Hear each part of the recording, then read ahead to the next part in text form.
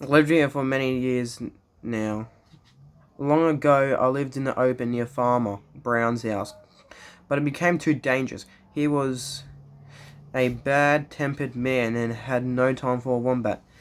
He sowed his fields full of potatoes and peas and juicy carrots and turnips, then expected a wombat to look at them and not come near. How silly, interrupted Blinky. I'd have eaten all his peas up in a mouthful. Mr. Wombat turned suddenly to have a look at Blinky's mouth, then shrugged his shoulders and went on with his story. Yes, it was silly. He even forced his padlocks with very strong wire, and didn't.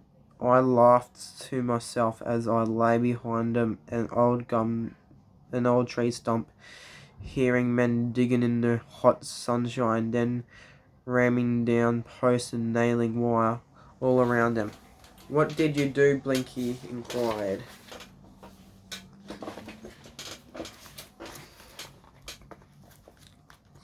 There's Blinky and Mr.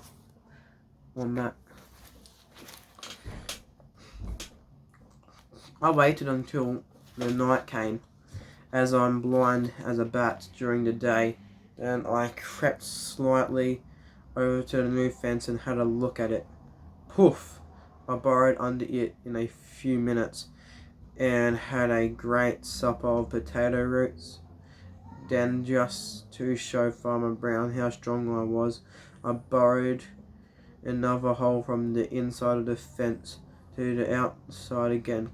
In the morning, as I lay in bed, I heard Farmer Brown and his men shouting loudly and using very strange words. One night I had a narrow escape, carefully treading over the ground. I had just reached my favourite route when I heard snap. Something caught the tip of my toe. I howled with pain and rage. What new trick was this of Farmer Brown's? Then, to make matters worse, men came running from all directions, shouting and calling at the top of their voices. Dear me, how excited they were, and all over a wombat in a potato patch. What did you do? Asked Blinky breathlessly. Huh? I just gave a tug at my paw, and out it came. I had lost a toenail, but what's that? Then the excitement rose. Guns began to crack, and a bullet flew past me very close to my ear. Too close for my liking. Fortunately for me, it was dark night with only the stars overhead, and luckily I remembered just where my burrow was under the fence. I raced along the wild calls coming behind me in heavy boots. What? The boots thudding, but I won. Under the fence, I rushed out of the other side into the bush. I raced. I did not stop at my home, but I kept running for miles, as far away from Farmer Brown's as I could manage. When I finally fell down, exhausted, my foot was causing me a great deal of pain, so I licked it for a long time, and then fell asleep. After that adventure, I decided to look for a new home, and here I am. Well, you're unsafe here, Mr. Wombat, said Blinky, and if you were, I'd say here, never wander again. I'm safe enough, replied Mr. Wombat, but the food is not up to much. It's pretty dry in summer, but I managed to scrape along. I'm not in fear of my life like my grandparents were.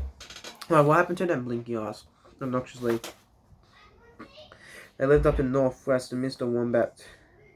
There were places like black people there used to hunt them with yam sticks.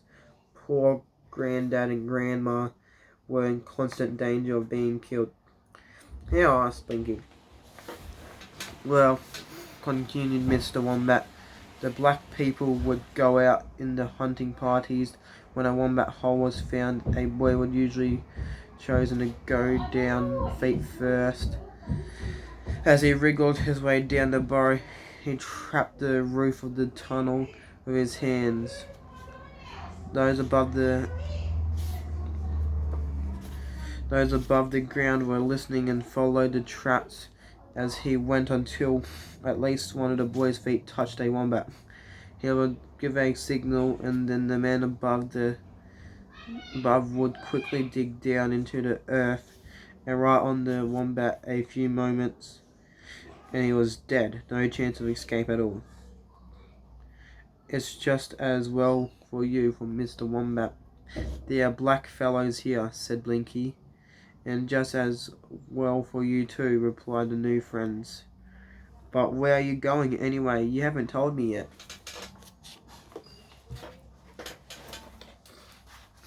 Well, I don't know, Blinky said, a doubtful tone.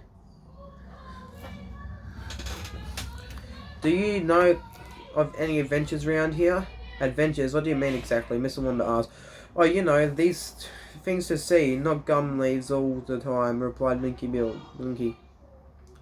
Ho ho, laughed Mr. Wombat. So you're looking for new sights, are you? Well, now I come to think of it, there's Mr. Spotty's school down in the hollow. Who was Mr. Spotty? Blinky asked. Mr. Spotty's frog.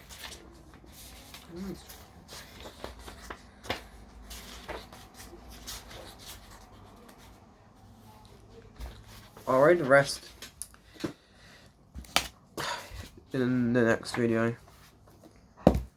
There you go.